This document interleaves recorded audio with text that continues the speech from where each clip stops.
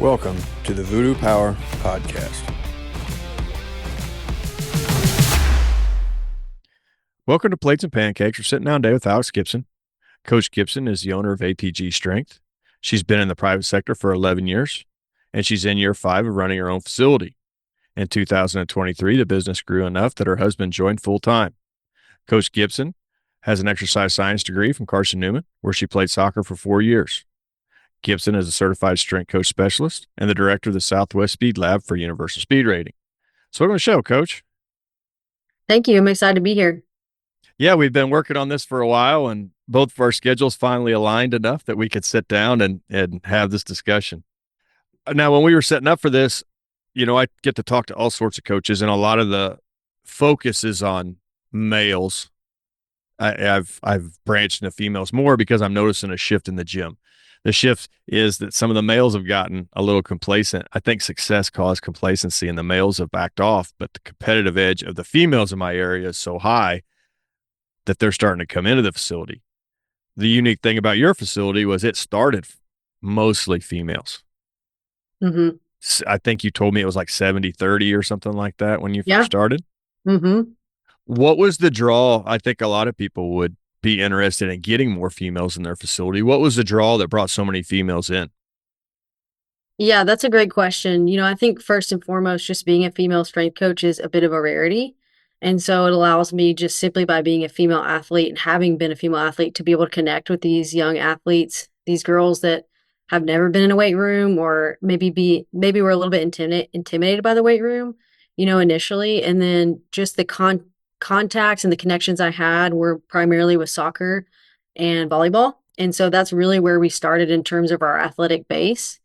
And so I think that's been a huge piece of the puzzle. And then in terms of continuing to get, we're probably more like 50-50, 60-40 now. But in terms of continuing to get those female athletes bought in the process and helping them feel comfortable in the gym, a lot of it just comes down to communication and meeting them where they're at and the culture of the gym. A lot of young female athletes might think of the gym in maybe like a football style weight room. That's kind of the way that they view it. So they can come in the facility, they might be a little bit intimidated. And so it's just kind of understanding that from the beginning and building buy-in with them of, hey, this is a place that you can trust us to help you grow comfortably. We're going to push you, but we're not going to overwhelm you from the beginning. And just even having conversation with them about how their day is and building that trust that might be a little bit different than how I would address that with a male athlete. This is the one thing I've noticed, and I've brought it up here on the show before. How do you balance it? Because girls are so incredibly busy. It seems like Mm-hmm. boys can squeak some time in to get in the gym and they'll make it work. Girls, they are often going all the time. How are you able to set up your schedule to allow them the room to come in at weird times or whatever the case may be? I think first and foremost, it's building that bridge of them understanding how the training is going to impact their performance. And once they start to see those results, and especially build the confidence, because that's some of the first things that we see with their performance is they're more confident in the way that they're carrying themselves, the way that they're playing their sport. And once they have that, they really commit to the process and can find time for it. And also just letting them know, hey, like when you come in, you train, you can go to practice after this. We're going to respect what else you have going on in your schedule so that we can get your work in and push the needle forward for you, but we're not going to wear you out so much that you can't go and have a good soccer practice afterward. And so that's a piece of the puzzle. And then we do offer 6 a.m. classes as well, 3 days a week and various afternoon times for our middle school and our high school athletes. Funny enough, it's usually the males that are coming in at 6 a.m. I think the biggest draw for our female athletes coming in the afternoon has been building that bridge of them understanding that they can still do speed and strength training and then go on to whatever else they have going on in their schedule. So this is interesting. I just got done talking to Hunter Harrelson, and he's trying to add female classes where he is in Collinsville, Oklahoma. And he mentioned this, and I've had other girls mention this to me before. They like the afternoon because they don't have to go to school sweaty and stinky or feel like they're sweaty and stinky. So yeah, I could see where a lot of them would pass on the six o'clock because they have to go directly to school. Where the afternoon, they can go home. Do you think that plays into it? Oh yeah, for sure. They don't want to, they might not have time to shower before and they want to get ready for their day. And, some of them don't care about it as much. I mean, even some of our male athletes are like, no, I want to shower. I'm not coming before school. Um, so they tend to gravitate more towards the afternoons for sure. I've noticed confidence rise in boys, right? I mean, everybody sees it. But some of the females we have in here now, they're just a totally different person. Like when they came in, they could barely squat the bar. They didn't want anybody to watch them. They just wanted to kind of do their thing in the corner. And now they come in, they'll grab a belt, they'll hook it on the rack and get that belt tight, and they'll get their feet right. They'll do everything. They just look like they've been squatting forever. It's just, I don't know. They'll start bossing the boys around. It's like Oh yeah. once they learn that they can be in there and nobody really cares and nobody's really judging them, their personality can really shine. Do you seem to notice that in your facility? Yeah, it's really cool. It's like unlocking a new level for them as an athlete. And, this could be cultural. It could just be the way that we might naturally function as females. And there's obviously outliers. I definitely don't want to categorize them all the same, but they almost have to feel like, oh, this is like something that I can do. And they build confidence in that. And then, like you said, their personality really shows up. They'll pick on because we train females and males together. And I think there's a cool aspect of that for them pushing each other. And yeah, they'll give the guys a hard time. Like some of them will lift more than our high school boys. And it's because they've learned to push themselves, and they'll give the guys a hard time, and that's always fun. But I think the coolest aspect of having females in the gym is, to your point, is watching them transform, even just the way that they're walking. And then you go watch them play and you see how they carry themselves on the field, maybe compared to what they were a year ago, maybe a little bit more timid. And I think there's a cultural aspect too of just the weight room being this is a shame, but you see this in schools too, where the weight room is like for the guys. And it's crazy that with all the research and what our pro and college athletes are doing, that at the high school level, you might have two programs, a girls soccer program and a boys soccer program, and the boys soccer program is in the weight room and the girls are not. And it's a shame because they need it even more from a performance perspective and an injury perspective. And the research shows that. And so it's kind of breaking that barrier for them too of, hey, this is going to be massively beneficial for you, and getting them to really, notice those differences and buy into it is really cool. Now, looking at your schedule, how your week kind of flows, the majority of your athletes show up 2 days a week and it's full body with sprint and plyo work. Hmm. How are you able to program 2 days a week and get what you need in the time, because you're going to be pushing time with full body plus your sprint and plyo. You look at it from a distance, 2 days a week doesn't seem like a ton. Now, granted, they're busy and they've got school stuff. How are you able to kind of make that work?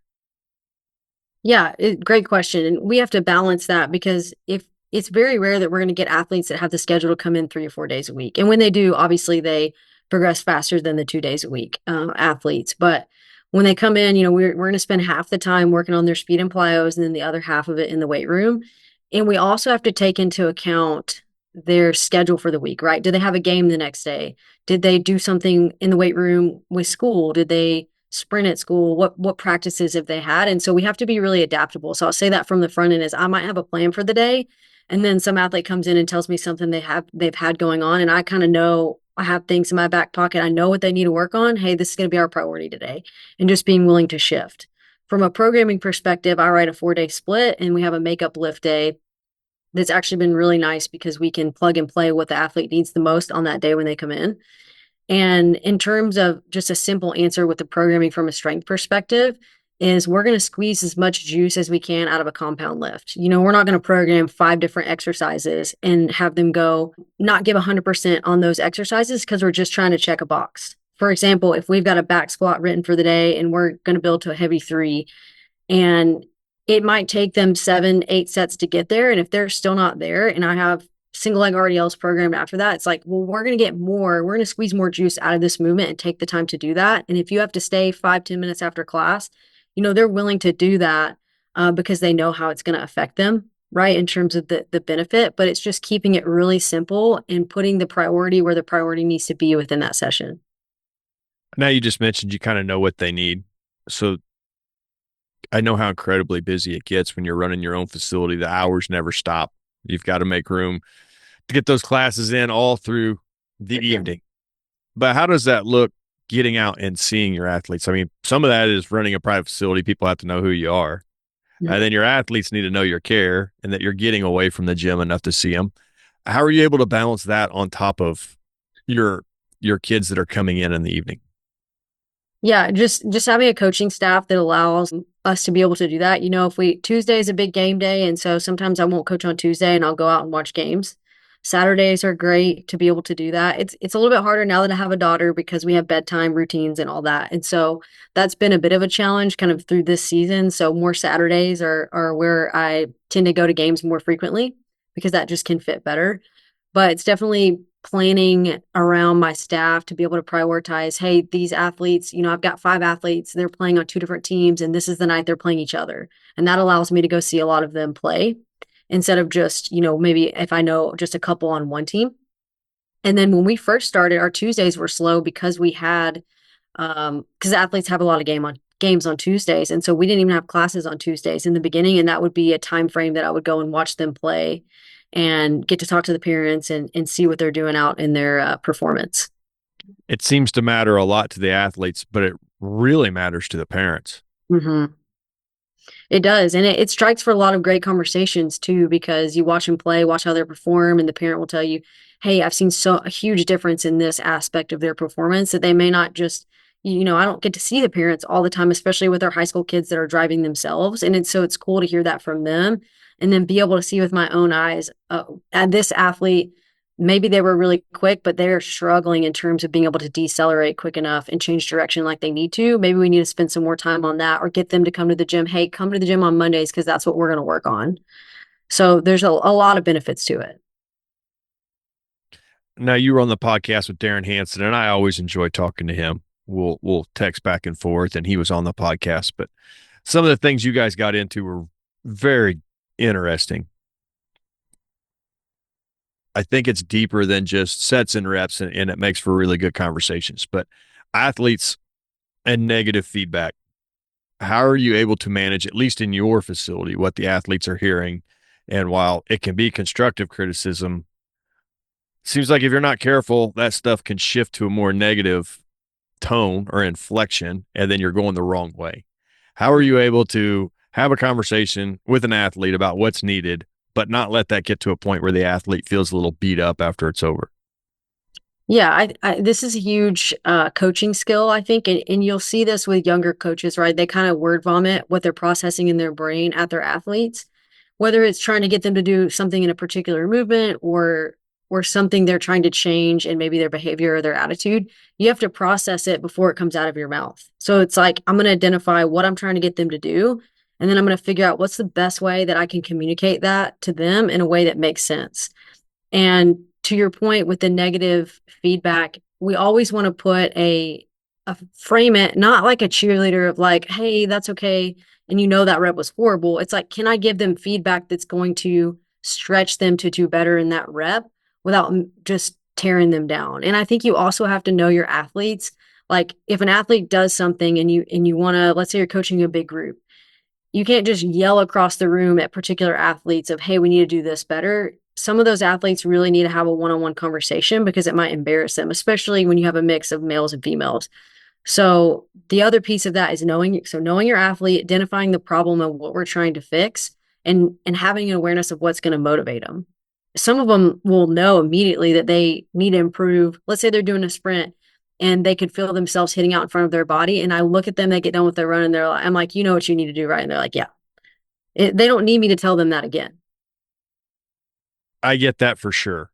And me and you had a conversation just a second ago, and I was going to add it to the questions, and I haven't wrote it down. So uh, I'm not texting anybody. I'm actually going to pull it up from my Hmm. phone because you did text me. But we had discussed, to build on everything you had said, we had discussed using less words in coaching and more feel. As I think sometimes we try to create all these words for athletes, and it's not registering. And Mm. maybe if we backed off and allowed some sort of exercise to get them to feel it better, we could get further ahead. I've heard you talk about that before. How are you able to kind of step back away from some of the words and set up things that help them to feel it and get themselves into better positions? Yeah, that's been huge for us. And I'll say this too with coaching, just because you say something doesn't mean you're coaching. Like just because you're giving cues, you're saying words to the athlete, even if it's what you think is going to connect with them, if it doesn't change their behavior, it's not good coaching. And so that just comes from years of experience and making mistakes where I thought, oh, this is the perfect cue, this is going to fix them. And with that, not the same thing's not going to work for every athlete, right? And so if I can get them to feel what I want them to do, and through maybe a drill or an exercise, and then they go, and I'll use an example. Let's say we're going to do a resisted sprint and a wall drill, and I'm trying to get them to feel what it feels like to hit the ground underneath their hip. I pair those things with an unresisted sprint, and then they go and they feel from those drills what I'm wanting them to feel. It's very different than me saying, "Hey, get your foot under your hip." They're like, what?" Like, especially athletes who maybe aren't super coordinated. So I think it's huge because even as human beings, hearing verbal cues is really hard to connect to our movement, and we as coaches have to understand that we've got to get more creative. And so I think that comes from experience. It comes from observing athletes. And I would also say training myself and feeling out maybe something that I want to test out with the kids and see if it connects with them. Sometimes it works, sometimes it doesn't. So you have to be willing to be creative. And I read a book that really helped shift my mindset on this. It's called How We Learn to Move. I actually think I have it on my desk. I'll show you here. It's a great one. It's Rob Gray. And so this is a great book just for coaches, I think, to help understand kind of getting into a mindset of coaching movement and how some movements can be universal and getting our minds to be a little bit more creative, if that makes sense. Even through my own journey of playing golf, for example, I've taken golf lessons and I've learned from different coaches. And if I'm thinking, I'll use a golf example. If I'm trying to think about when I go back, if I'm thinking putting my wrist here, rotating here, putting my weight here on my foot, that swing's going to be horrible. We want to be as disconnected from thinking in our movement as much as we can and just let it happen. So if I can do a like a feel drill of like, okay, I'm going to feel what it feels like to put my weight on my front side, and I do a drill and then I just go swing, that's going to be so much more effective than trying to think about all the things and process them in a movement that's going to happen in milliseconds. I have tried to get a lot better at that. As we've been moving along, it seems like, well, if you just tell them this, they should get it. And you'll see some changes and you'll see where that is effective to a certain extent. But Mm. let's say the box squat or even the deadlift, I can pull them off the box. I can put them on a wall. I can have them squat down the wall. They can feel where their weight is, what's going on. And then we can take it right back to the squat where we regress them, but they don't even look at it as being regressed. You know what I Right. mean? They just look Right. at it like, oh, I feel this different. Let me try it. Where Yes.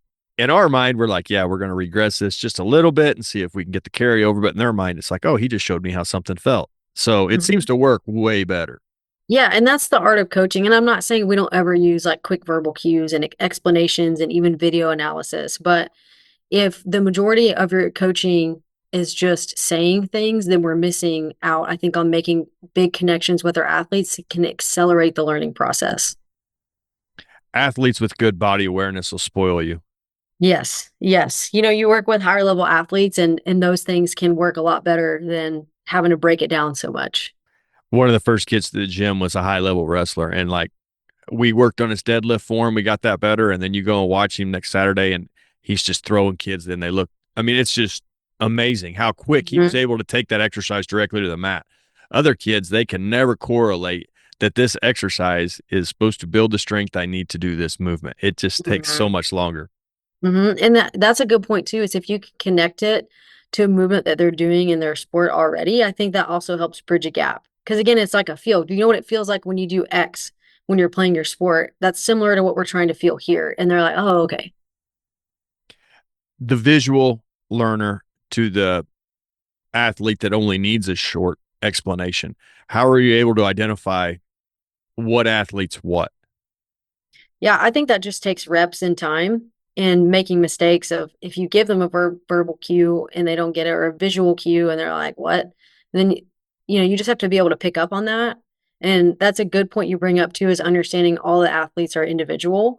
And so finding ways that can not only connect with them, but motivate them to be willing to do what you're asking them to do is huge. Um, yeah, I think it's just through reps and getting to know them as an individual. in your facility, I don't know how it's set up, but I've wondered because I ran into a few different things out here and I've tried to see what the dynamic would look like. And saying that, parents will bulldoze obstacles out of the way of their kids and they'll avoid their kid ever running into adversity. Mhm.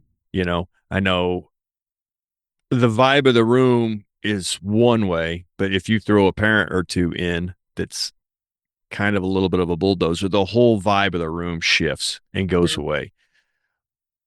What are your kind of rules? Is it kids only? Is it no auditors? How do you kind of work that where you keep the vibe of the room exactly how you want it? Yeah, that's a really great point. We have not allowed parents to come in and just sit and watch their athletes train for that reason. This is the kids' time. They need to be focused on what we have going on versus a parent watching them. And depending on your gym setup, it can look different. So my first facility was like 700 square feet of gym space and we had a big window. So sometimes the parents could sit in the car and watch, and that's fine because they're not interacting with the athlete during their session. Um, we're in our third facility now and we have a big front area, and then you have to open double doors to come into the back. Now, if an athlete comes in for the first time, I'm okay with a parent peeking in and seeing because they've got to build trust with us too. Like, hey, if you want to peek in and see what we're doing, that's fine. But the parents are not going to come sit in the weight room and watch what we have going on because again, that does disrupt the vibe of of the athletes and the flow. But it's not one of those things where it's like, oh, you can't like peek in here, but they just kind of know I'm not going to go sit in the middle of this session and be a part of what's going on, but we're okay with them kind of taking a peek, right? And the kids are usually like, "Oh, mom, don't watch me, whatever." And so it hasn't really been an issue with our setup, but I have had to have conversations with parents of, "Hey, when we're doing this, and this is kind of in the early days, is I want this to be a time for them so they can be focused on what we have going on and not worried about what you're thinking for them in the moment." Right? Like this is a sacred space for our athletes. And that brings up another point is I know some gyms will train like adults and athletes at the same time and then have overlapping groups. And that's something that I have not wanted to do and chosen not to do for that reason because I want them to be kids. I want them to be themselves, let their personality come out a little bit. We play music that they want to listen to. And that really elevates the vibe versus having, maybe your parent working out like, 15 feet away from you. That is kind of what I've noticed is we the kids can never be themselves in a 24-hour day. How many hours do they actually get to be themselves? And so Mhm.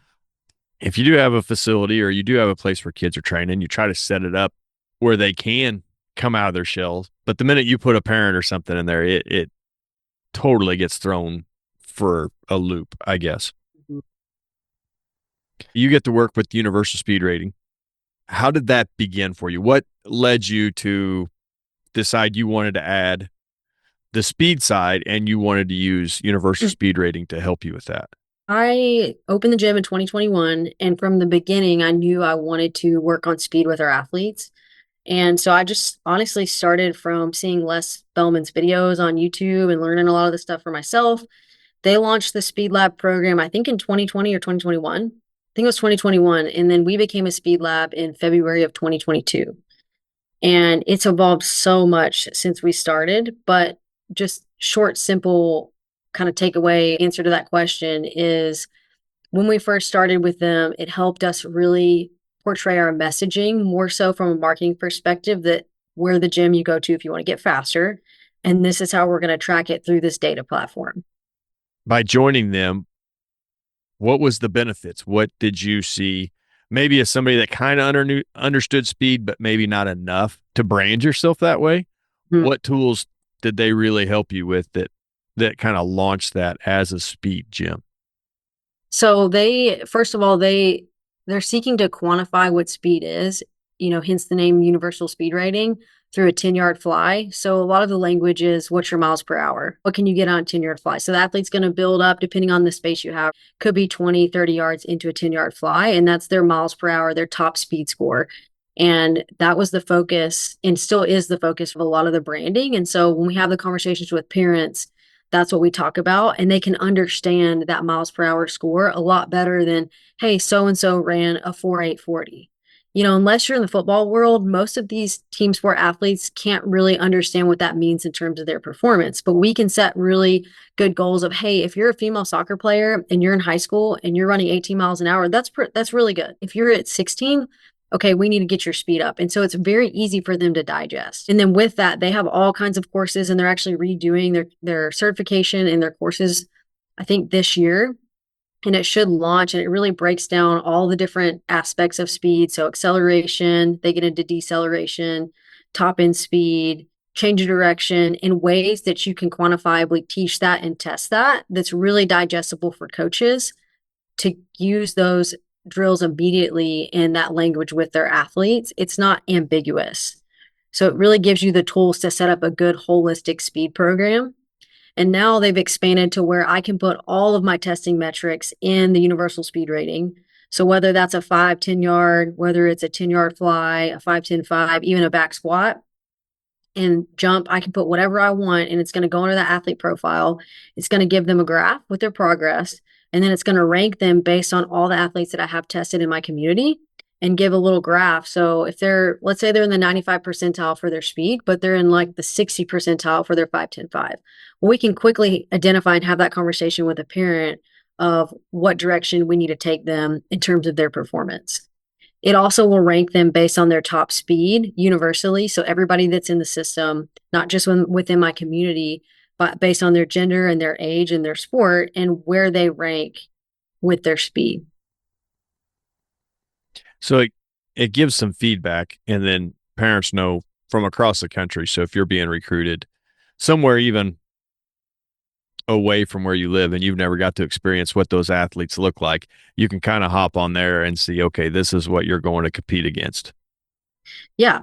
Yeah. And it's also really cool for the kids that do want to get recruited in college because now everything's kind of on their Instagram profile. So we'll share, like, hey, they hit a new speed PR, and then they can post that on their page, what they're running with their speed. They can post videos of them doing it. And recruiters, I think, are starting to get cued into what that actually means for an athlete because there's more data. You're seeing it even in football games and soccer professional games where they're saying the miles per hour that these athletes are running. And then our athletes can connect that with their own performance. It's not so ambiguous like a 40-yard dash might be to some people who don't understand what's good and what's not, especially on the female side. And so, yeah, it's been really cool from that perspective. And I would also add a major benefit is there's a community involved with a lot of high level coaches. And so we're always, bouncing ideas off of each other, whether that's in person or in person events or just over the phone, and being able to really push the needle in terms of speed development and what we're doing from a business perspective as well. And so learning from other coaches that are in the network has been huge. We have educational calls all the time. And when you have a private facility, you can kind of be siloed. Like you're probably not going to go connect with the speed facility that's down the road because they're like competition or whatever. Like people aren't really willing to do that. So you have this cool community that can bounce what's working for them, what's not, and continue to expand and grow as a coach. That's been one of the biggest benefits I've noticed, that we've started planning our vacations. Now, my wife may not agree, but we've been planning our vacations around other gyms so that we could go out and we could have these conversations with coaches, see their facilities. There's plenty of gyms across the nation, and we're wanting to go that direction anyhow. It's amazing how much it's opened my eyes up to what other people do, what's possible, and see some really cool stuff. So, yes, if you have all those coaches in your network, you can really get a lot of feedback on things that are working, things that aren't working, what you want to change, and how you can take your gym to the next level. All coaches are somewhat in this boat, but private seems to be more so because of the capitalistic side effect of charging athletes to be there. But Mm-hmm. I mean, mediocre is not okay with parents. You have to figure out a way. And John Coleman brought this up a little bit on the podcast, was, your job's not to get them to play JV. Your job's to get them to play varsity. Mm-hmm. That's what parents expect. Now, sometimes they're looking through some rose-colored glasses, and we both Mm-hmm. know that. But Yep. at the end of the day, your stock as a coach and what you're able to charge and getting kids in the door all comes from the success that you're able to help athletes achieve. How are you able to evaluate athletes past universal speed rating, give the parents the correct feedback, and then hopefully get that athlete to the goal that everybody has, where you're being allowed the time it takes to make that athlete. Mhm. Yeah, so any athlete that comes in the gym is going to do an initial athlete assessment where we're going to meet the parents. We're going to take them through some testing. We'll test their miles per hour. We'll test their acceleration through a 5 to 10 yard. We'll test their vertical jump. We'll test their RSI, and we'll paint a picture of here's where this athlete is. Here's where they lie based on the normative data we have for their age and gender. And then here's where we want to take them in the next 90 days and then beyond that. So we set some goals for them in the beginning, and it's really important that you set attainable goals for them. And that just comes from experience of knowing what's realistic based on, the athlete that you're seeing. And a lot of times they'll surprise us too, which is awesome when they blow past those goals in like 6 to 8 weeks versus 12 weeks. And so we have to set the expectation first of where are they at right now, where are they going to go, and then how are we going to get them there? And that's through identifying their weaknesses. And we explain to the parents what the training is going to look like and how we're going to effectively change what their performance is. And I think it's really important to your point of if a parent comes in with rose colored glasses, we have to ground them a little bit of, hey, this is where they're at. And that's where those normative data, the normative data that we have does help. Because if they're starting at a a below average score, we should not tell them, hey, you're going to be elite in 12 weeks. Like that's obviously dishonest. And you have people in the private sector that will act like they can make some claims to get them faster, overnight. And it's like that's just not good for anyone. And so you have to have a realistic conversation with them of here's their genetic capacity. This is where they're at right now. And the kids that have a huge high genetic ceiling, obviously they are going to see bigger changes faster. And the ones that are a little bit on the lower side, those conversations are a little bit more difficult. We have to set expectations of, okay, maybe they just want to make the team. So what do we need to do to get them there? And you set those expectations on the front end, and then we continue to check in as they hit PRs and as they reach those goals, and then we set new goals for them. Yes, it's not every kid wants to be all state or go to college. Right. Some kids just want to make the team. So Yeah. knowing what the kid's expectation is, what the parents' expectation is, and how to draw a blueprint of how to get them there is it seems to work really well because everybody knows you're all pulling in the same direction. Yes. And with that piece too, being in the private sector, it's not always about results for some of the kids. Like you might have kids that come in because their parents want them to be there. And then you have to get buy-in from the athlete if you're going to get a result. And so when it comes down to their training is we can set the goals, we can make the training what it needs to be on paper, but we also have to motivate and get the intended stimulus for that athlete in the session. So we have to be able to drive the intent behind what they're doing. And if the intent isn't there, then they're not going to get better. And so that's where we have to get a little bit creative sometimes with keeping the training engaging and fun so that they're going to give you that high effort that's going to drive the needle forward for them. Because again, in a private sector, people can cancel. Like they don't, if I'm working at a school and I know, okay, I probably got a couple years with this athlete because they have to come to me. It's very different than we have to nail the first 90 days so that they stay here and we can keep progressing them over the next couple years because we have that buy-in. You brought up an interesting point, and it's something I'm seeing more of. Originally, I didn't see this, but as we've had a little success, there are a lot of kids that walk through that door that I know this wasn't their idea. Mhm. And finding that balance of where to push and where to back off so that hopefully one day they gravitate towards it and they get better. They get better in a means that hopefully attracts them to doing more. And then we can get the parent backed out of it. And then now it is the athlete wanting to do it. Mhm. How long did it kind of take you to notice who those athletes were and then devising a system that gave them the room it took to figure it out for themselves?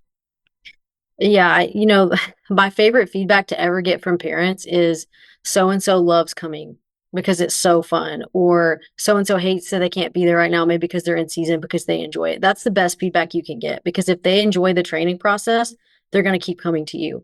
And so, being a young coach, it was like, if I write the perfect program, we're going to get perfect results. And I quickly realized it's not all about that. Like, yeah, you have to know how to program, you have to know how to lay out a training session and a training block, but if the athletes aren't engaged in it, then it doesn't matter. And so one of the things we started saying over the past couple of years is like make training fun again.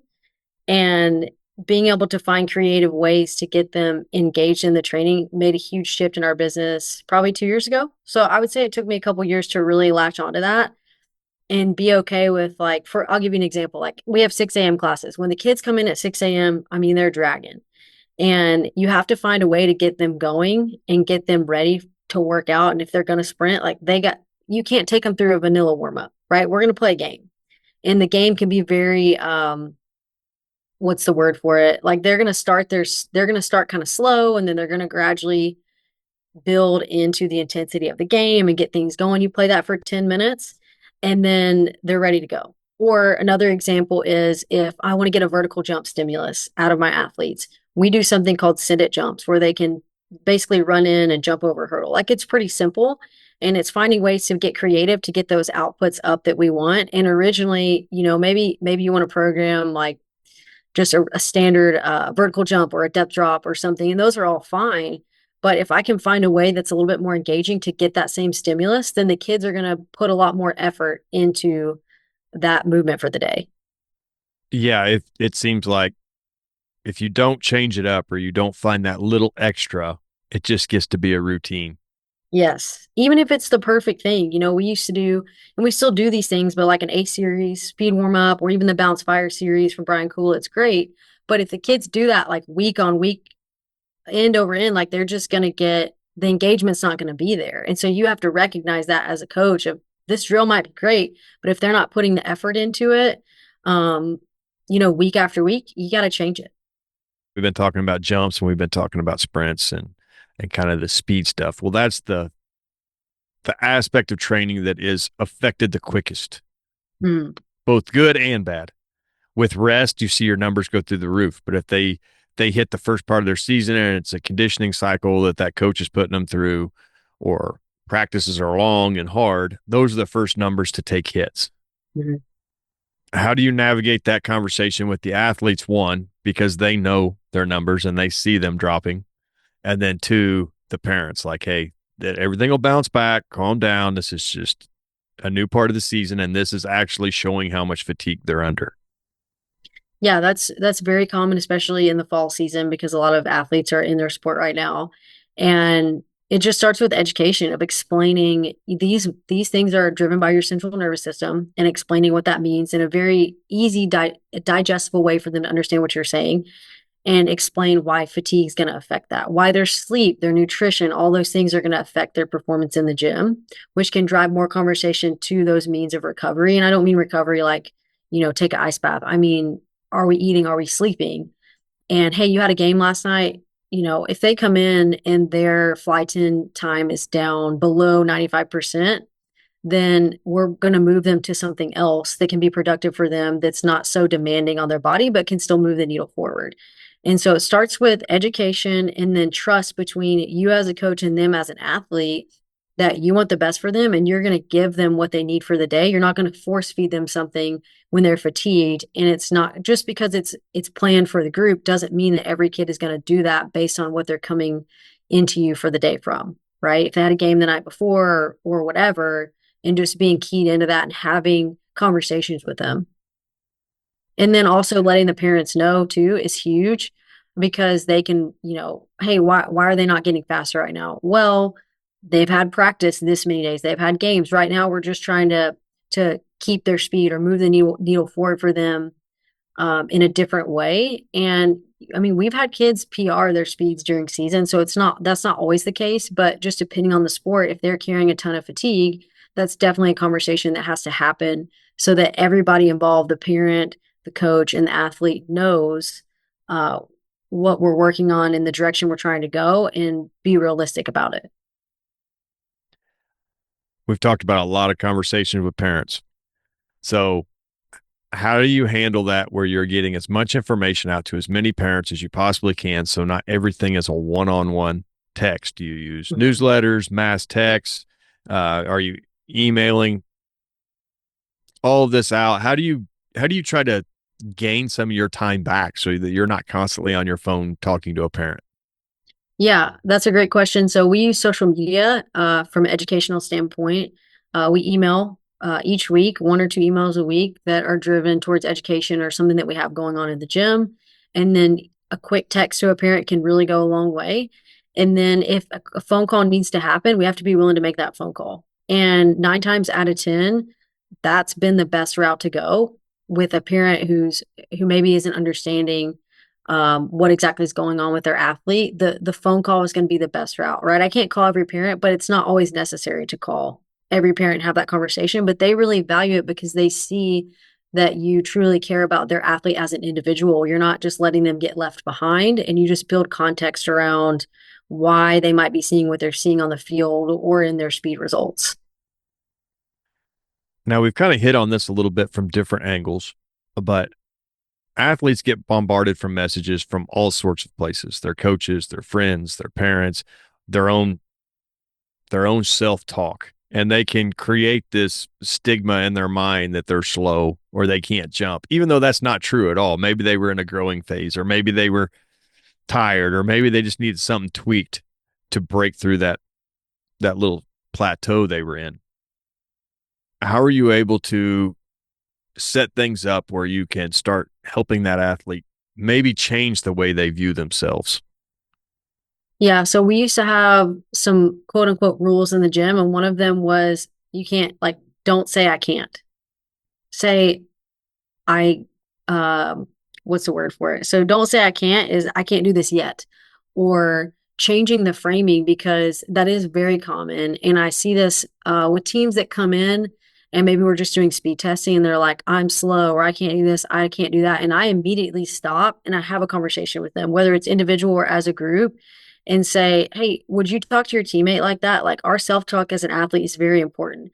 And if you're constantly telling yourself you're slow, you're telling yourself you can't do something, what do you think the result from that is going to be? Is that going to make you any better?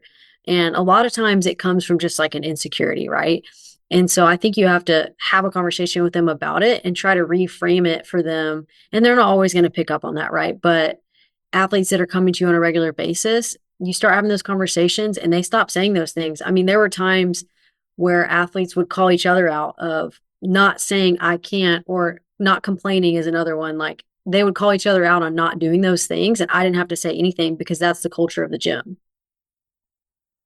Now, that's something as we've went along with this for farther in the gym and watching different athletes and how some of them react to pressure, how some of them react to the workout. A lot of anxiety gets built up in that, and there's a lot of pressure they put on themselves. And like you said, the self-talk is always just, it's more times than not, it's hurting them. Mhm. How are you able to help athletes understand what's going on and quiet that anxiety so that you can get the performance out of them that you need? Yeah, I think starting with a conversation is important, and then also setting them up in situations that kind of intentionally get them out of their comfort zone. So I mentioned the games a little bit. We'll play different games for warm up. And it's not there just because I think it's going to be fun for them. That's not always why it's there. It's sometimes there to teach them a lesson. So, if you stack a team where one team has, let's say, better athletes than the other, don't change the team. If they start complaining about it, it's like, are you always going to be up when you're playing a game? Are you always going to be winning? No. How are we going to respond to that adversity? Or if you have an athlete who maybe is nervous about getting the ball, I'll be like, "Hey, this person, when they score, it's worth 2 points," and you try to actively get them engaged. So putting them in some situations that they have to get over a little bit of that anxiety, and then they start to open up a little bit. And the next thing you know, they're like loving the game. And that takes some time, right? And that takes some reps, but letting them feel comfortable with maybe not always winning, letting them feel comfortable with failing. I brought up the hurdle example.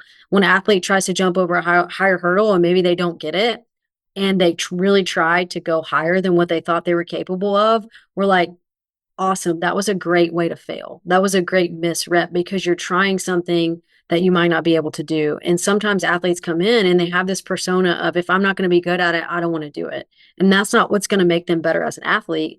So we have to get creative in putting them in situations where they can learn that lesson. Or if they miss a lift, like if we're doing a hang clean and they can't get it, it's like they might get frustrated, but if they're putting forth the effort and they're missing, I'm congratulating them because, hey, we're putting effort and you tried something and maybe it didn't work, but that's how we learn a lesson. And that was actually going to be the next question. So you got deep into it right there. But creating opportunities to fail and how that develops confidence, like you said, I think everything is supposed to be a success to an athlete in their mind. And that's just not how life works. It's, you can't go through a full day and have everything be a win. You're going to have some losses in there. So creating opportunities for an athlete to fail does a few different things. It does raise their confidence. It tells them it's okay to fail, and then it starts breaking that stigma up that they're willing to try because hey, what's it going to matter? There's nobody really watching. It's just the people you work out with. By setting up those opportunities, have you seen that the gym is those athletes learn to start elevating themselves and it carries over to the floor or the court better? Yeah, there's huge lessons to be learned there and conversations to be had, and using those means to help them learn that lesson is huge because the best athletes in the world don't focus on their failures. They miss a pass and they just move on. You can't dwell on those things. So not only do we put them in opportunities to do that, but we also it bridges the gap to have that conversation without it seeming like it's coming out of left field, right? Another thing, we do have a basketball goal in the gym, and so we'll do like dunks or whatever, and sometimes athletes might be like nervous to try it, or will make a challenge like do your coolest dunk, and you start to see them try things that maybe they wouldn't normally have thought that they could do. And they all encourage each other, which has been really cool as a coach to just sit back and watch them do it. Like I don't have to be the one saying all the things. And this brings up kind of another piece when it comes to practice is even sometimes like athletes are so used to being told exactly what to do at practice, and their coaches might yell at them immediately for making a mistake, which in my opinion is very poor coaching. And teaching them, hey, you can't, if you try something and you fail, that's how you're going to learn. If you never try anything, you're never going to make a big play on the field. Like the athletes that play really safe are not the ones that are starting. They're not the ones that are making the game-winning goal because they're just so stuck in their own head. And then now, we can't play in the flow state if we're worried about making mistakes. And so, yeah, it really bridges the gap to have those conversations with them. And then usually the feedback comes in the form of a parent letting us know this athlete has more confidence, they're trying things, and then again going and watching them play. But I can see it in the gym first. Even in terms of lifting weights, every time you lift something heavy, you might not get it. And so it's learning that that's okay. And that's a really organic thing that's just going to happen when they're training. And what you had talked about in there, some of the best sessions I have ever saw with some of the best results were when I was able to back out of the coaching and the athletes were able to pick up on the coaching. I mean, it's amazing how high they can get the intensity through themselves. And as a coach, yeah, they may not be doing exactly what I want them to do, but the intensity is so high and the outputs are so high. Why do I want to jeopardize that? So, Yes. are you able to give your athletes that availability where they start coaching each other and you can start backing out of that and then just watching what the results are? Yeah, and it's viewing our job sometimes more as a facilitator too, of setting something up to put them in that opportunity. And it's not going to happen every single day at every single session, but trying to let those things happen organically through what you're setting up in the session is really cool. And I would say it happens more with our high school athletes, right? And than our middle school.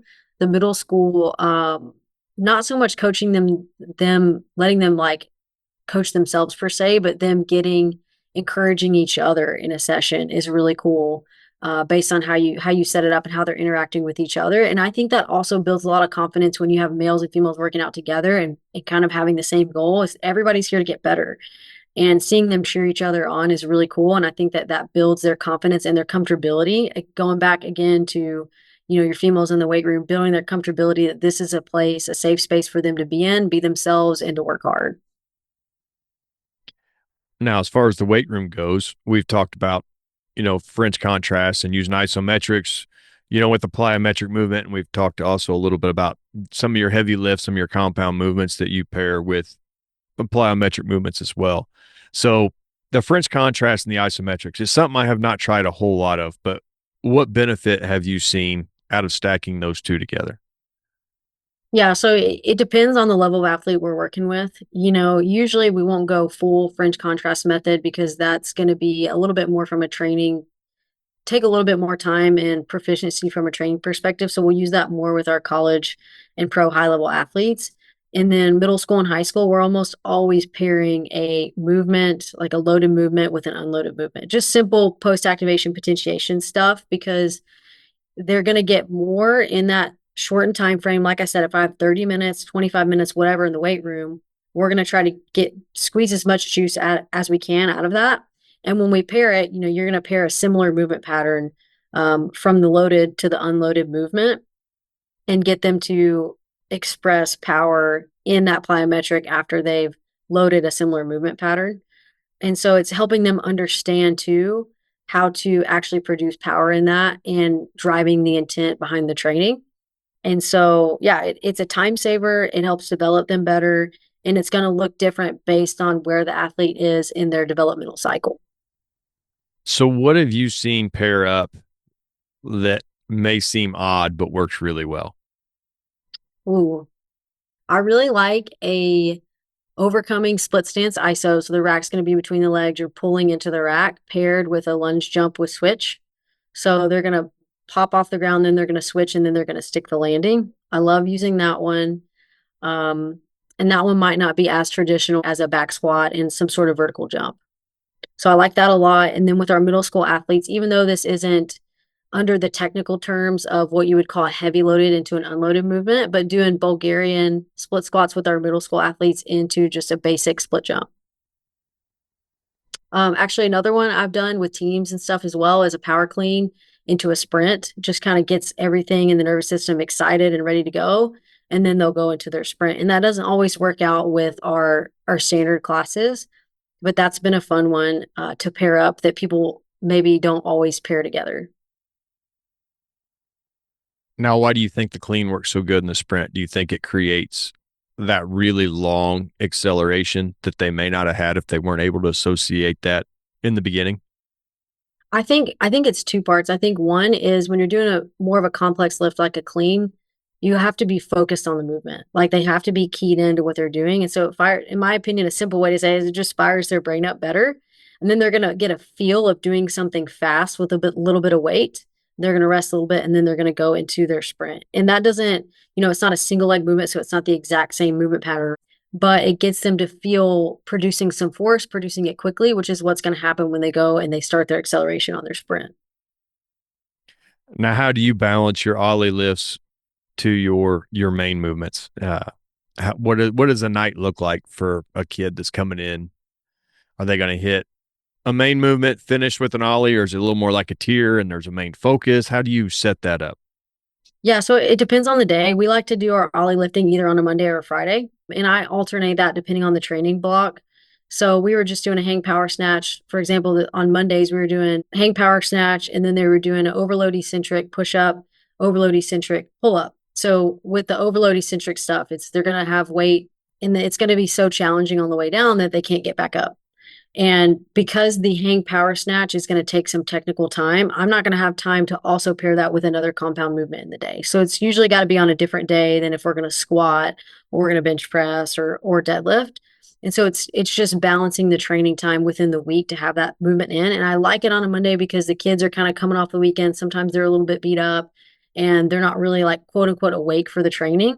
And so that's a great way to start the week because you can still do Olympic lifts when you're a little bit sore and tired and still get some benefit. Versus if I put, a heavy squat and a max velocity day on that Monday, we just usually don't get the best out of our athletes when we set up our training that way. So typically the Olympic lifts are going to be sprinkled in on a different day than when we're doing other compound lifts just because of the time constraint. Now, I talk to a lot of guys that would like to snatch, but they don't. They stick mostly with the clean and then they progress that however they want for where the season is. So the snatch, bringing that in, what benefits have you seen from doing something like that might be a little more technical than just the straight Mm. clean? So it will surprise you, but some athletes actually more than I would have thought pick up the hang snatch quicker than they pick up the clean. And I coached, clean snatches and jerks for a while. And then with my athletes, we traditionally just stuck with the hang clean and we started introducing the hang power snatch just in the past 6 months. And a lot of our athletes that maybe don't pick up the clean as much have been able to pick up the snatch and really enjoy it because it seems like it's more technical to be able to get that bar overhead, but it's not because they don't have to have as good of a front rack position. If they can get good, powerful hip extension and then punch it out overhead, it seems to be easier for them to pick that up. And I'll say this caveat as well with the hang snatch, the hang power snatch is we're using that movement so that they can develop some speed and coordination in that. We're not loading up as heavy as we can go, right? I want to see that it's moving fast, that it's technically proficient, and we're going to build on that slowly over time. And I think that's where people make mistakes with the Olympic lifts with youth athletes specifically is we're playing the long game. If I can teach you how to snatch and hang clean in 8th grade, and then you can just start building that up over the years of training, that's where we're going to get a lot of benefit versus force feeding of, hey, we're trying to get a specific number on the clean or the snatch. It's just another tool in your toolbox to use to develop an athlete. So starting small, getting them to understand they obviously have to be able to hinge effectively and understand where they need to be just from the setup of the movement before they're going to be able to get into a good position overhead. Now I often wonder, we do some high pulls. We don't get very far into the ollie I stuff. love the high pull. High pull But is a great way also to teach to be able to get an athlete to understand how to get that weight overhead with a snatch. and it seems like I don't have to worry about if a kid can clean. I don't have to go through Mhm. this whole thing. And they clean at school. So I'm not fighting what the Mhm. school's doing. If they want Yeah. to clean in school, clean, we'll high pull, and then I can look at some force and I can look at some different things. But I guess the question would be, especially with the snatch, is it as sensitive to CNS changes as the sprint and the vertical jump are? Because it is No, so explosive overhead. yeah, I would say no at this point in athletes development. If you had a really high level athlete and they're trying to go heavy, then obviously the nervous system is going to play a huge role in it. Right now, for the development that our athletes, the cycle that they're on, it's not going to affect them near as much as I mean, your max velocity sprint is going to be the highest to be affected by the nervous system because it's the biggest. The sprint is the most demanding thing you can do from a central nervous system perspective. With our cleans and our snatches, we just moderate the load, watch the speed of the bar, and they can still do those things and have benefit even if they are a little bit fatigued. I just wasn't sure. I mean, I can notice it in a box squat, speeds on a box squat and where we are on weight. I wasn't sure if the Olympic lifts like that would be more sensitive or not. Yeah, it definitely depends on how much weight they're moving and how developed they are with that lift. But you can still, I would argue you can still get benefit working in that 60 to 75% range with their weight and still push the needle forward in terms of their training without them having to go really, really heavy. In the beginning, when you're kind of teaching them, do you set up the bail first? Like if you go overhead and it's not going the way you want, you either walk forward or you step back. How easy is Mhm. it to teach them to fail correctly? Yeah, the snatch can be a little bit more difficult. I mean, you got to make sure that they put the bumper plates on and not like the metal plates when they're doing it. But when they're first learning, you just have to moderate as a coach what weight they're adding to the bar so they're not really in that position, right? And then once they start to get to the point where now we're moving a little bit more weight, they definitely need to understand you got to drop the bar. And I would say with the snatch, we're at a point in teaching it that that's not happening a ton. We're keeping them in a weight range that they can move well. But to your point, they also have to understand, we do have that conversation of if you can't pick it up, you got to drop it. We're not trying to just muscle snatch this thing over our head. But I think the main role of a coach in terms, if you're like nervous about coaching a snatch or a clean, is you just have to watch their weight well. You can't just let them do huge weight jumps because that's where we get into more missed and failed reps. And I always explain to them, hey, this is a lift that's very technical. We're going to do small jumps and make sure we feel good there before we add more weight. That's going to maybe put us in a position to miss the lift. We've been going on for a while, and I know how busy you are and how precious your time off is. And you've got a daughter that's probably ready for her mom. So we'll get ready to wrap this thing up. But what role does athlete psychology play in your coaching approach? We've talked about it quite a bit, the different ways to work on things. But when you step back from a high level view and you're looking at it, how have you been able to improve that? What books, what classes, and where does that fall in how you apply your whole method into the Mhm. gym? That's a good question. I wouldn't say I've done a ton of research on that, more so experiential. And Bartholomew has a great book called Art of Coaching that he lays out a bunch of different archetypes for athletes. And I don't remember them all, nor do I archetype athletes like that. But it did give me this sense of I have to understand they're all individuals and different athletes are going to need to be motivated maybe in a different way. And I think that's a huge role of a coach is you have to get to know what that is for your athletes. And you can't just yell at them and tell them you're soft, which like sometimes they can be soft. And maybe a conversation does need to happen like, hey man, like what's going on? Where's the effort today? So I'm not saying that we don't do that, but getting to know them as individuals is going to help the most in terms of how to motivate them to push in their training.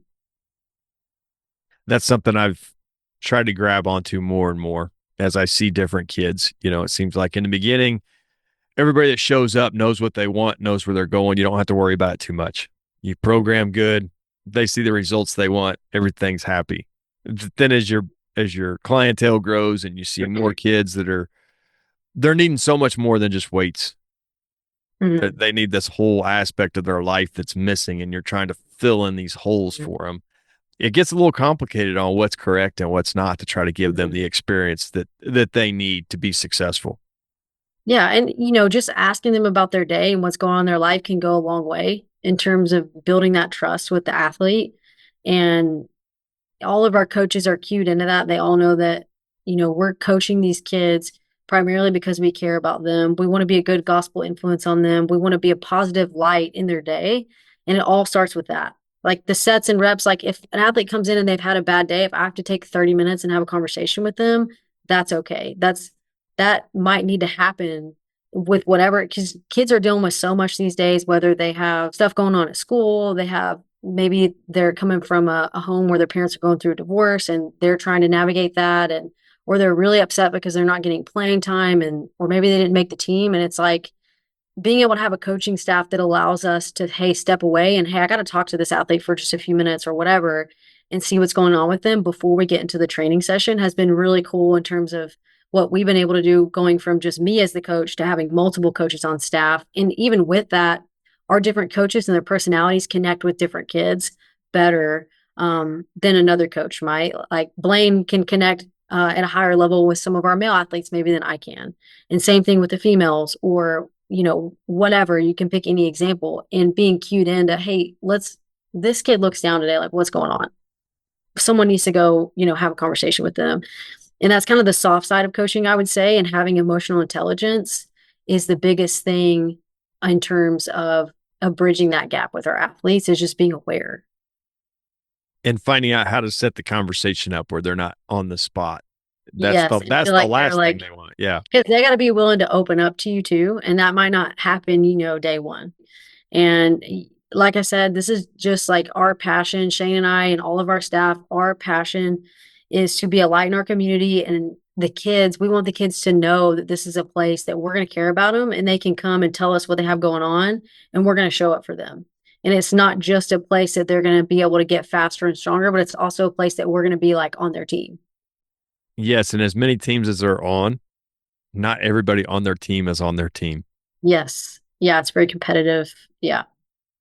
And yeah, they struggle with coaches and they struggle with other parents and they struggle with other teammates. And it's just never this utopian idea of sports that they want it to be. hmm hmm And I think even celebrating their wins along the way too, if they do have a hard day and then they come in and they have an opportunity to hit a PR or whatever it is, and you can encourage them there. With our culture, we have a big emphasis. We test a lot week to week, different things, and trying to celebrate all the wins that they have and getting really hyped for them when those happen, even if they're small changes. I think also goes a long way in building their confidence. I would agree with that. You're always looking for something, and it may not even be weight room related. hmm I try to help anywhere I can, and I'm sure you're the same. But sometimes they need help that's just not in the weight room, and they just need somebody to look over their. They need somebody to talk about their thesis for their English paper or hmm something that you would never. never think was holding them up, but just a quick conversation like, I don't understand this. Okay, well, let's take a second. Hmm. We have a TV here. We both have phones. We'll figure out what's going Yeah. on and we'll get you squared away and then we'll start bench pressing.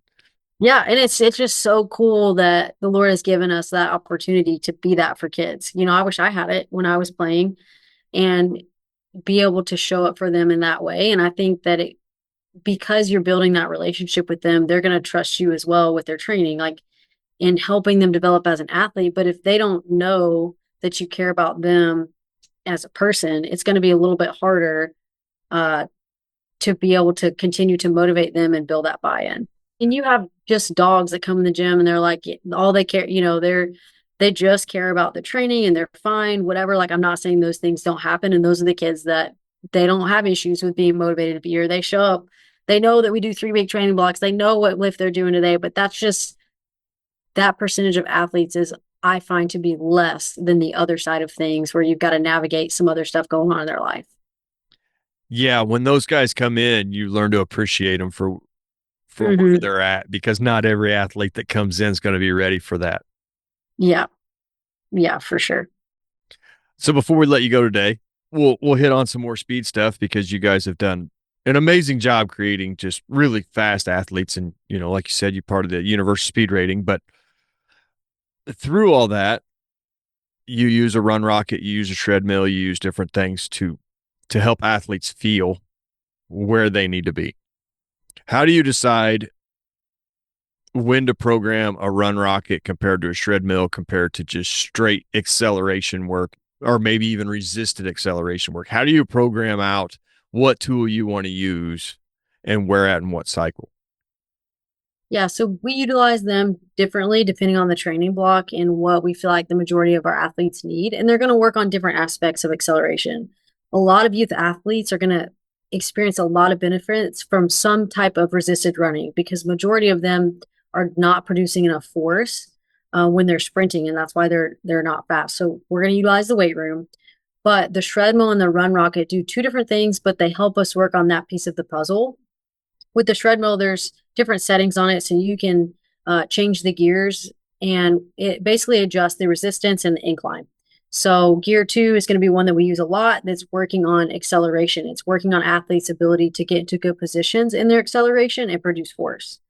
We would pair that with an unresisted acceleration a lot of the time, so then they can feel what that feels like.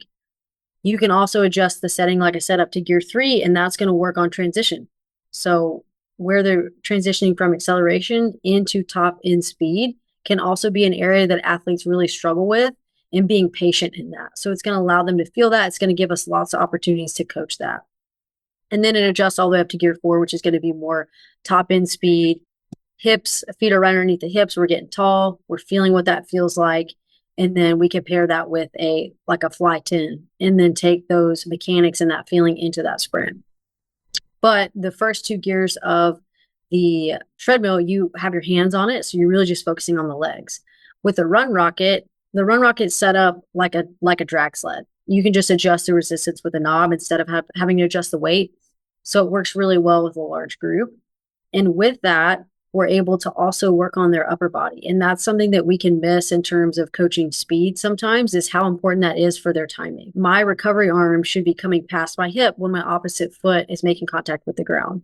And being able to get athletes to feel that and be able to coach that can play a huge role in their ability to produce speed. So we'll interchange those things depending on the cycle, because again, you want to keep it engaging. If we're doing treadmill every single week, eventually that tool loses its excitement. Great tool, but we're going to use different modalities and work on different pieces of the puzzle depending on the training block. And if we're seeing a lot of our athletes struggle with their timing with their arm swing, then I'm going to go more towards a run rocket and different drills that can help us work on that piece of the puzzle.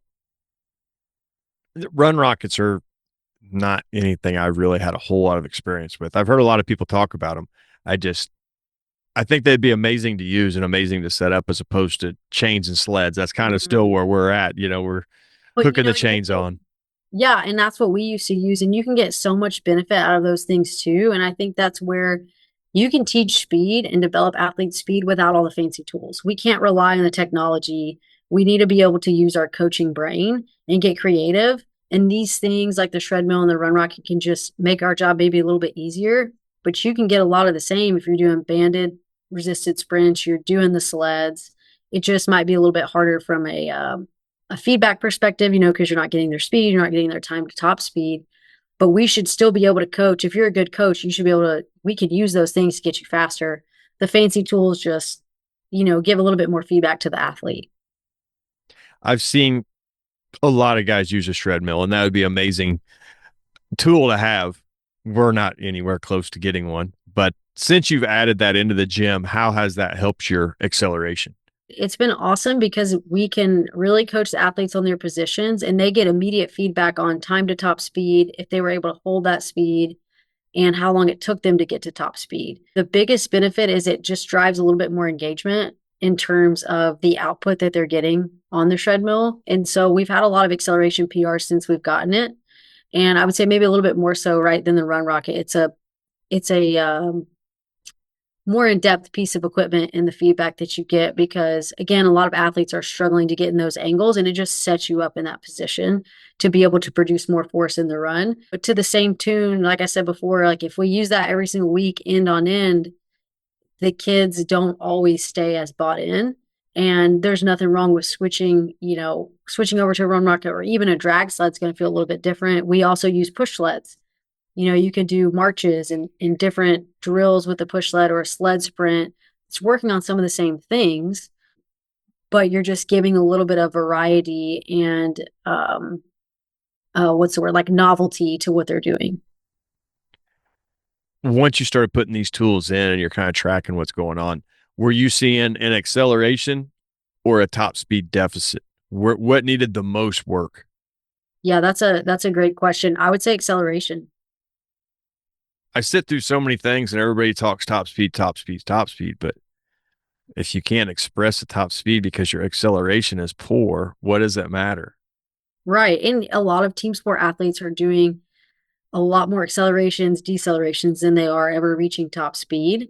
And obviously, training top speed has its own unique stimulus, and that's a main reason why we use it.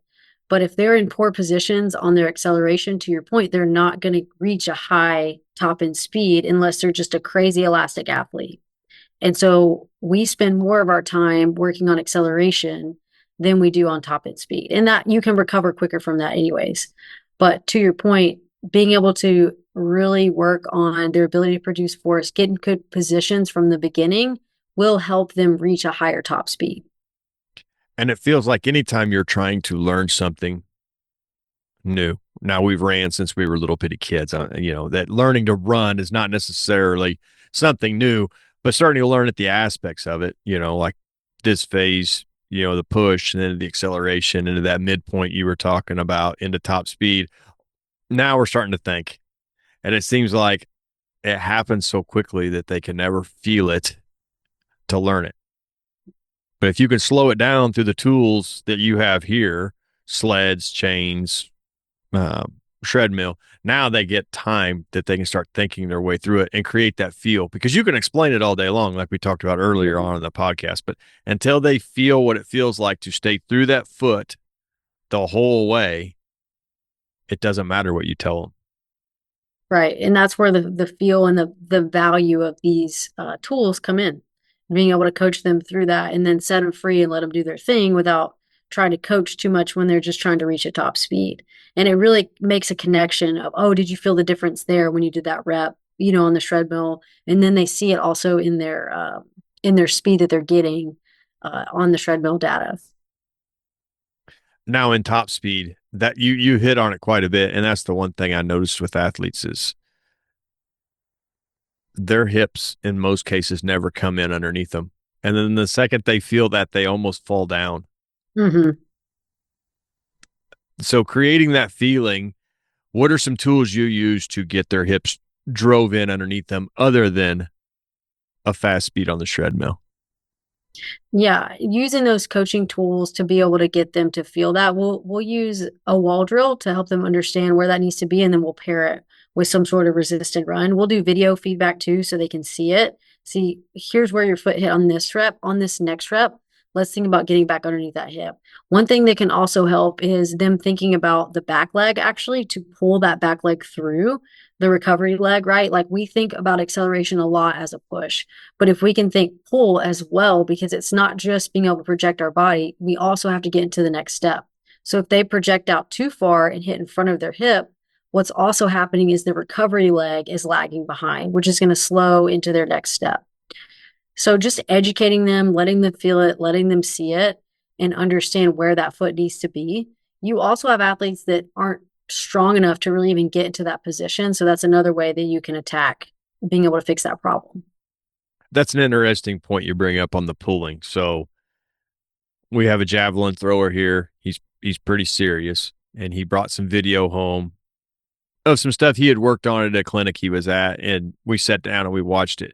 And that would be the one thing I thought I picked up on that maybe I hadn't seen before in the past. You think about coming down the runway and it's all a push, but when you watch them, they're pulling themselves down the runway. I hadn't Mhm. thought about that so much in acceleration until you'd mentioned that, but yes, that would change maybe the way I cue some acceleration or look at it, where maybe it's not so much about how long. Well, I mean, it does matter how long they push to the ground, but maybe missing that pulling aspect, that could be something I'd add and maybe get some guys a little faster just through the way we look at that. Yeah, because it's not like you're pulling into the ground, but you're pulling that leg through. And if you slow down and watch the video when they take their first step, as they're going to that second step, the knees should be close to each other. And if there's a huge deficit between where the knees are hitting, and you can see this easier in top speed as well, like where is that recovery leg in relation to the foot plant?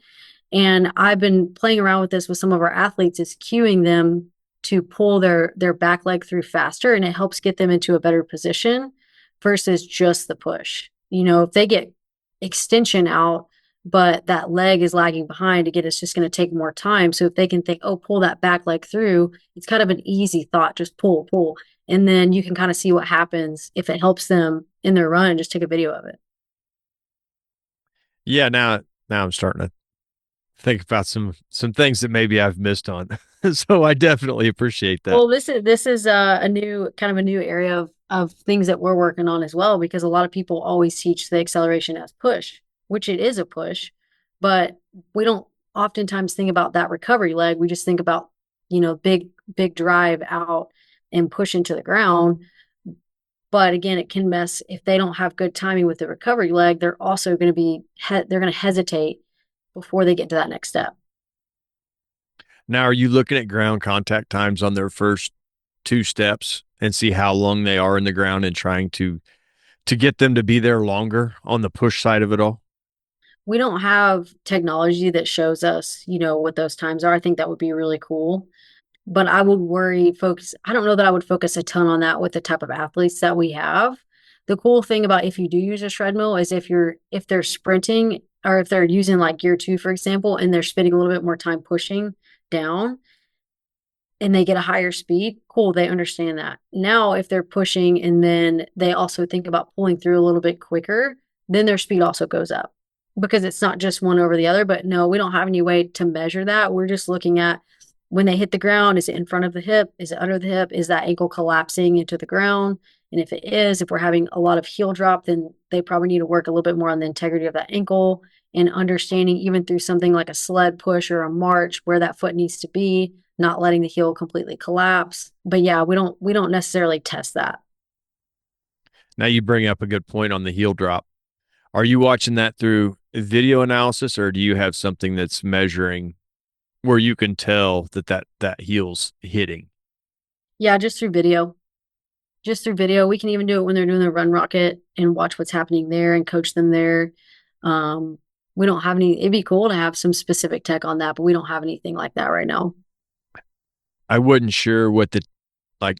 I mean, you didn't mention you had a 1080, but I wasn't sure what the 1080 could tell you on something like that. Oh, I have no idea. I know it has a ton of data. It has some of this stuff has so much data you can get lost in the data and then not Yes, even and really that know where to that's go. that's a whole nother point is we as coaches, I don't think we can rely. So sometimes when we have the data and the tech, we can rely too much on it and not just what our coach's eye is seeing.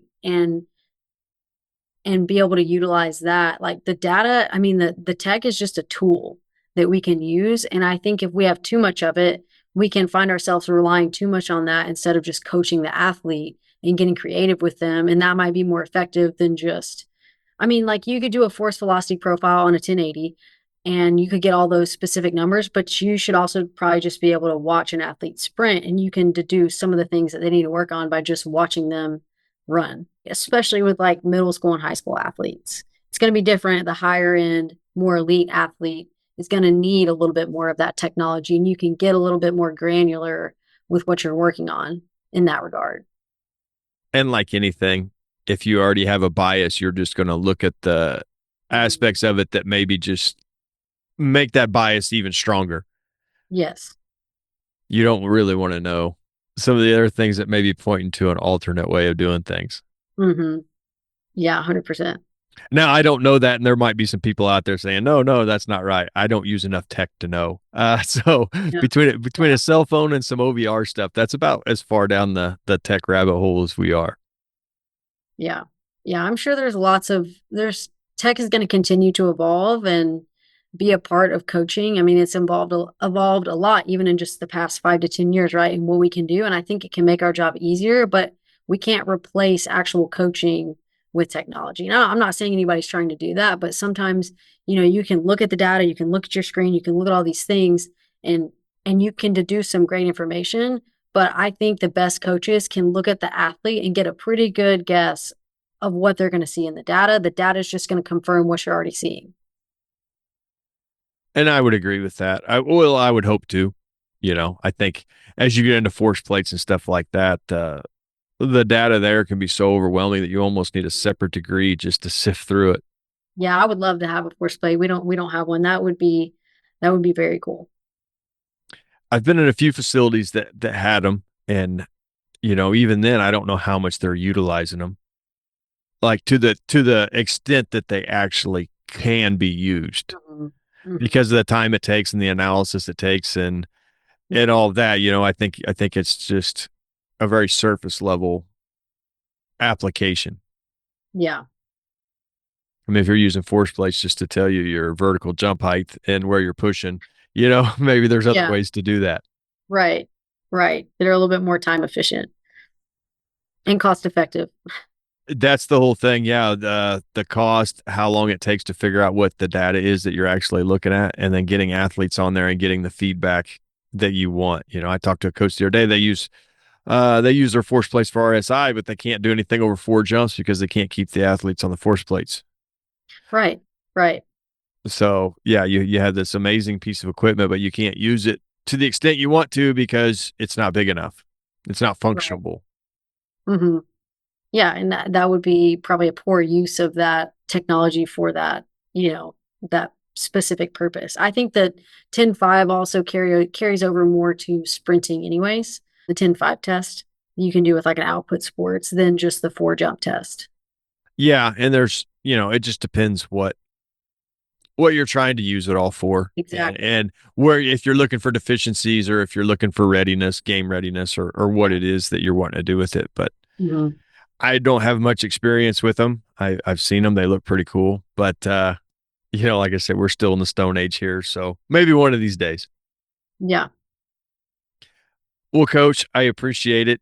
I hope we got through some of the questions that really interest you. I enjoyed the time. I know how busy you are, so to sit down and make time is I'm truly grateful for that. Thank you. Yeah. Appreciate you having me on, Stephen. This has been really fun. Well, I'm glad you enjoyed it, and I hope the rest of your day goes well. You too.